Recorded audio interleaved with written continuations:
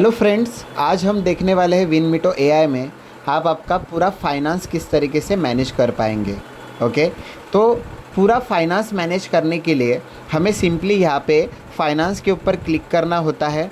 Finance पे click करने के बाद यहाँ पे आपको डिफरेंट डिफरेंट टैब दिख रहे हैं, जैसे कि plan, sales, invoice, transaction, expenses, report, payment gateway and setting. Okay, तो प्लान के अंदर यहाँ पे देखो, यहाँ पे ऐड प्रोडक्ट का ऑप्शन दिख रहा है, तो यहाँ पे ऐड प्रोडक्ट के ऑप्शन पे क्लिक कर देना होता है और आपका जो प्रोडक्ट का नाम है वो प्रोडक्ट का नाम आपको यहाँ पे देना है। जैसे कि यहाँ पे मैं लिखता हूँ डेमो वेबसाइट। ओके, यहाँ पे मैंने डेमो वेबसाइट लिखा है, तो आपका जो भी प्रोडक्ट है या सर्विसेज है उसका नाम आपको यहाँ पे देना है।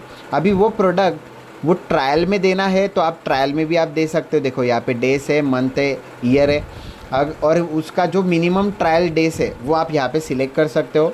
अगर आपको वो आपका जो प्रोडक्ट है वो अगर वन टाइम आपको पेमेंट करना है तो वन टाइम आप सेट कर सकते हो। अगर आपको सब्सक्रिप्शन मॉडल पे देना है, जैसे कि 1 मंथ या 3 मंथ, ओके, मतलब 3 मंथ के बाद पेमेंट करना है, या आप यहाँ पे डाल सकते हो 6 मंथ, मतलब या आप 9 मंथ डाल सकते हो, या अगर ईयरली करना है तो आप ईयरली प्लान भी यहाँ पे आप सेट कर सकते हो। ओके, तो जैसे आपको सब्सक्रिप्शन लगाना है आप सब्सक्रिप्शन यहाँ पे लगा सकते हो।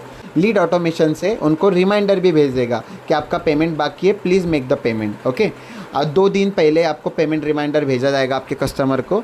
अगर वो कस्टमर अगर पे नहीं करता तो 2 दिन बाद भी आप रिमाइंडर लगा सकते हो। तो रिमाइंडर्स आप यहाँ पे लगा सकते हो। पेमेंट आपको कहाँ से कलेक्ट करना है, इंडिया से या ईरान से, मतलब वर्ल्ड में जितने भी करेंसीज है वो करेंसीज यहाँ पे आ जाती है। जिस भी करेंसी से आपको पेमेंट कलेक्ट करना है वो करेंसी आपकी यहाँ पे आ जाती है। अभी जैसे कि यहाँ पे प्राइस डालना है, जैसे अभी यहाँ पे मैं प्राइस डालता हूँ 4000 रुपीज़। ओके, और उसका जो एक्चुअल प्राइस है वो मैं यहाँ पे डालता हूँ 60,000 रुपीज़। मतलब 60,000 का जो प्रोडक्ट है वो मैं 4000 में दे रहा हूँ, तो 60,000 क्रॉस हो जाएगा और कस्टमर को 4000 दिखेगा। ओके, अगर मुझे जीएसटी बिलिंग सिस्टम, मतलब जीएसटी अगर लेना है तो मैं यहाँ पे जीएसटी सिलेक्ट कर सकता हूँ 18% या जो भी है। ओके, अगर जीएसटी नहीं लेना है, कस्टम टैक्स लेना है, तो कस्टम टैक्स भी मैं यहाँ पे लगा सकता हूँ। अगर मुझे जीएसटी कलेक्ट नहीं करना है तो यहाँ पे सिंपल एग्जाम जीएसटी में लगा सकता हूँ। ओके, अभी जैसे यहाँ पे ये जो 4000 रुपीज़ है, अगर मैं वेबिनार लेता हूँ या प्रोग्राम लेता हूँ या मैं ऑफ़र दे रहा हूँ कस्टमर को, तो मैं मिनिमम डिपॉजिट भी कस्टमर से कलेक्ट कर सकता हूँ। यहाँ पे मैं डिपॉजिट यहाँ पे लिख रहा हूँ 500 रुपीज़, मतलब 500 रुपये आपको पहले देना है और उसके बाद जो रिमेनिंग अमाउंट है वो आप रिमेनिंग अमाउंट आप मुझे 15 दिन के बाद दे सकते हो, मतलब 15 दिन के अंदर अंदर। अगर 15 दिन में नहीं देते तो ये 500 रुपीज़ जो डिपॉजिट है वो नॉन रिफंडेबल हो जाएगा। ऐसे आप कस्टमर को बोल सकते हो। अगर आपको ईएमआई सिस्टम अगर लगाना है तो आप ईएमआई सिस्टम भी यहाँ पे लगा सकते हो। जैसे कि ईएमआई सिस्टम में डाउन पेमेंट आपको लेना है फॉर एग्जांपल 3000, तो ये 3000 रुपीज़ डाउन पेमेंट होगा और बाकी का जो पेमेंट है वो आप मंथली बेसिस पे आप ले सकते हो। अभी यहाँ पे देखो 10 मंथ दिख रहा है, तो यहाँ पे 1 लिखा है इसके लिए, 1 ईयर लिखा है इसके लिए। अगर मैं यहाँ पे डालता हूँ 3 ईयर अगर लिखता हूँ तो यहाँ पे ड्यूरेशन बढ़ जाते हैं, देखो, है ना। तो ये 3 ईयर का इंस्टॉलमेंट में आप कस्टमर से पेमेंट कलेक्ट कर सकते हो ईएमआई सिस्टम में, है ना। तो यहाँ अगर आपका 1.5 लाख, 2 लाख, 3 लाख का प्रोडक्ट है तो इसके लिए आप यहाँ पे ईएमआई सिस्टम लगा के आप आपके कस्टमर से पेमेंट कलेक्ट कर सकते हो। ये तो यहाँ पे ये सिस्टम हो गया ईएमआई सिस्टम। ओके, अगर आपका पेमेंट गेटवे है तो पेमेंट गेटवे आप यहाँ पे इंटीग्रेट कर सकते हो। पेमेंट गेटवे कैसे कनेक्ट करना है मैं वो लास्ट में दिखाऊँगा यहाँ पे वीडियो के बाद। नेक्स्ट है, अगर आपको और बम्पर ऑफ़र लगाने तो बम्पर ऑफ़र भी आप, और एडिशनल एक्सटेंड डेट अगर करना हो तो एक्सटेंड डेट भी आप यहाँ पे बम्पर ऑफ़र लगा सकते हो। ओके, अगर आपको कस्टमर ने पेमेंट कर दिया तो वहाँ वो कहाँ पे रीडायरेक्ट होना चाहिए तो वो रीडायरेक्ट लिंक आप यहाँ पे लगा सकते हो। पेमेंट डिटेल आप यहाँ पे डाल सकते हो और सबमिट कर दो। जैसे सबमिट करते हो तो वो प्रोडक्ट ऐड हो जाता है। ओके, अभी प्रोडक्ट ऐड होने के बाद यहाँ पे आप कूपन भी बना सकते हो। जैसे फेस्टिवल्स ऑफर्स आपको देने हैं या ब्लैक फ्राइडे आपको ऑफ़र देने हैं तो वो फेस्टिवल ऑफ़र भी आप दे सकते हो। फेस्टिवल ऑफ़र देने के लिए आप यहाँ पे ऐड प्रोमो कोड में जाना होता है। जैसे कि ऐड प्रोमो कोड में जाने के बाद आपको सिंपली ऐसा इंटरफेस ओपन हो जाता है। जैसे कि यहाँ पे मैंने ऑलरेडी एक 26 जैन का मैंने यहाँ पे ऑफ़र कोड प्रोमो कोड बना के रखा है। ओके, तो जैसे यहाँ पे मैंने 50% प्रोमो कोड लिखा है और प्रोमो कोड का जो कोड है वो मैंने लिखा है 26 जैन 50। ओके, उसके बाद ये प्रोमो कोड कहाँ कौन से प्रोडक्ट, जो प्रोडक्ट आपने यहाँ पे लगाया ऐड किए थे वो सारे प्रोडक्ट की लिस्ट आपको यहाँ पे आ जाती है। तो कौन से प्रोमो कोड को वो कोड लगना चाहिए वो आपको सिंपली यहाँ पे अलग अलग पैकेजेस को आप सिलेक्ट कर सकते हो, मतलब उतने ही पैकेजेस को ये प्रोमो कोड कनेक्ट होगा। ओके, जैसे अभी मैं इसको यहाँ पे क्लिक कर देता हूँ तो यहाँ पे मैंने क्या लिखा है कि परसेंटेज, तो यहाँ पे 50% है। ओके, फ्लैट अगर 50% करेंगे तो जो अमाउंट रहेगा उसका 50% कनेक्ट ख़त्म हो जाएगा। अगर आपको 70% अगर डिस्काउंट देना तो 70% डिस्काउंट दे सकते हो।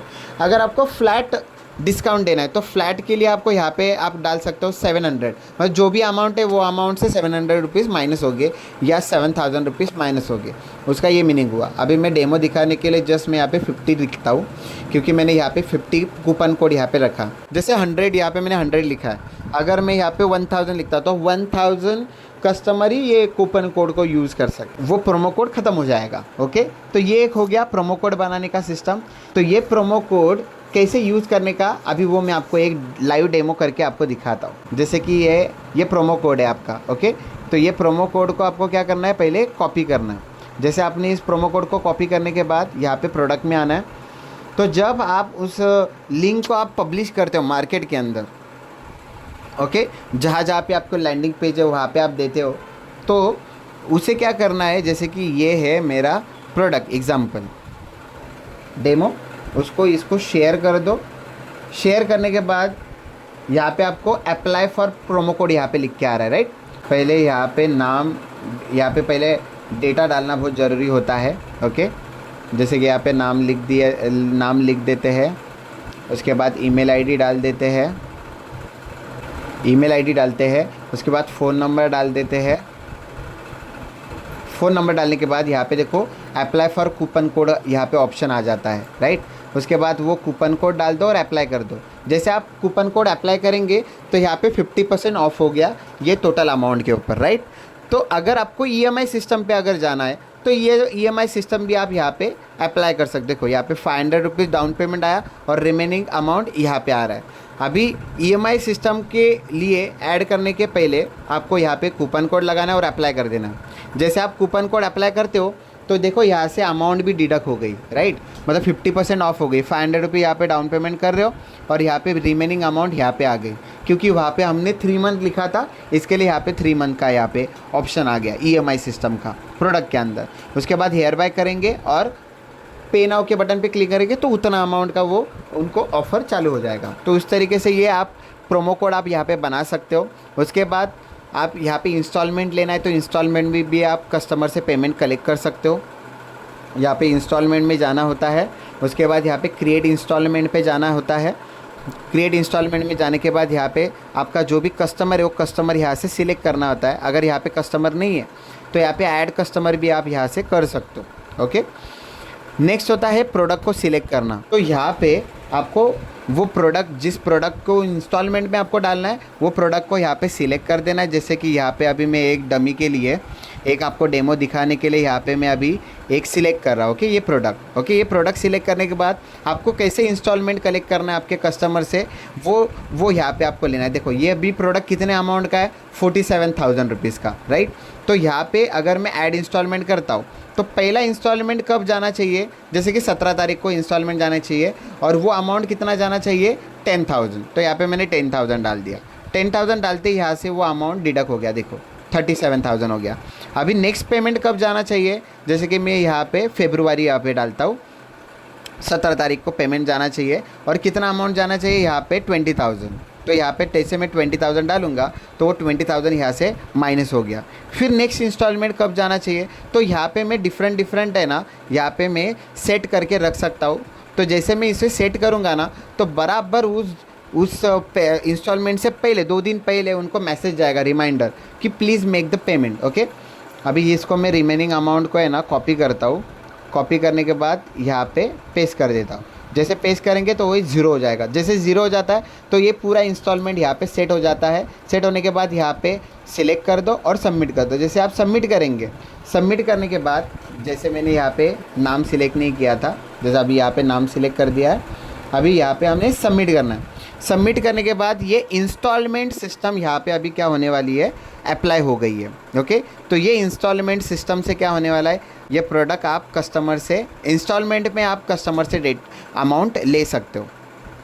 तो यहाँ पे देखो ये दीपक नाम से ये इंस्टॉलमेंट आ गया है। ओके, यहाँ पे शेयर के बटन पे जैसे ये क्लिक करते तो यहाँ पे देखो पे नाउ का बटन आता है। जैसे वो कस्टमर पे नाउ के बटन पे क्लिक करेगा तो 10,000 आपके अकाउंट में आ जाएगा। तो फिर जो रिमेनिंग अमाउंट है वो रिमेनिंग अमाउंट कस्टमर को 2 दिन पहले नेक्स्ट मंथ में उनको रिमाइंडर जाएगा। ओके, तो इस तरीके से आपके पास पेमेंट कस्टमर का इंस्टॉलमेंट में आते रहेगा। ओके, उसके बाद सब्सक्रिप्शन मोड है, सब्सक्रिप्शन मोड में आप लगा सकते हो। उसके बाद इनवाइस है, इनवाइस आप उसके बना सकते हो। उसके बाद कोटेशन बनाना है तो आप कोटेशन आप उस कस्टमर के बना सकते हो। जितने भी ट्रांजैक्शंस हो रहे हैं आपके सारे ट्रांजैक्शन आप कस्टमर के आप यहाँ पे ले सकते हो, देख सकते हो सारे ट्रांजैक्शन। अगर एक्सपेंसेस में जाते हो तो जैसे कि आपका इलेक्ट्रिसिटी बिल है, कस्टमर का पेमेंट देना हो या आपके पार्टनर्स का पेमेंट देना हो या आपको सैलरी आपको आपके स्टाफ की देनी हो, तो जितने भी आपके एक्सपेंसेस है वो सारे एक्सपेंसेस आप यहाँ पे ऐड कर सकते हो। तो उससे क्या हो जाएगा, आपका इनकम कितना है और एक्सपेंस कितना है वो आप पूरा प्रॉफिट एंड लॉस आप देख सकते हो। अगर आप जीएसटी अप्लाई कर रहे हो तो जीएसटी अगर अप्लाई करते हो तो जीएसटी के ऊपर क्लिक करेंगे तो जितना भी जीएसटी के अंदर डेटा आपके पास आ गया ना वो डेटा आपको डाउनलोड कर देना है और आपके सीए को नहीं तो ऑडिटर को आपको भेज देना है। तो आपको अकाउंटिंग करने की भी ज़रूरत नहीं है, तो यहीं से डेटा आप डायरेक्ट अकाउंटिंग के लिए आप भेज सकते हो, राइट।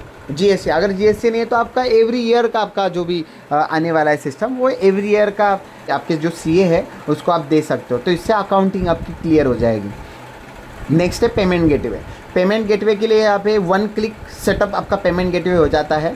अगर आपको इंडिया में पेमेंट कलेक्ट करना है तो इंस्टामोजो, रेजर पे है, कैश फ्री है, पेटीएम है। अगर आपको फॉरेन के पेमेंट अगर कलेक्ट करने हैं आउट ऑफ इंडिया तो यहाँ पे स्ट्राइप है, उसके बाद पेपाल है। ओके, उससे आप पेमेंट फॉरेन से भी आप ले सकते हो। तो इस तरीके से आपका जो भी पेमेंट लेने का जो सिस्टम है वो पूरा आपका यहाँ पे वन स्टॉप सॉल्यूशन में आपका होने वाला है। तो अभी नेक्स्ट वीडियो में हम देखेंगे कि ये जो दूसरे रिमेनिंग जो टूल है वो उसको यूज़ करके आप आपके पूरे बिज़नेस को कैसे ऑटोमेट कर सकते हैं।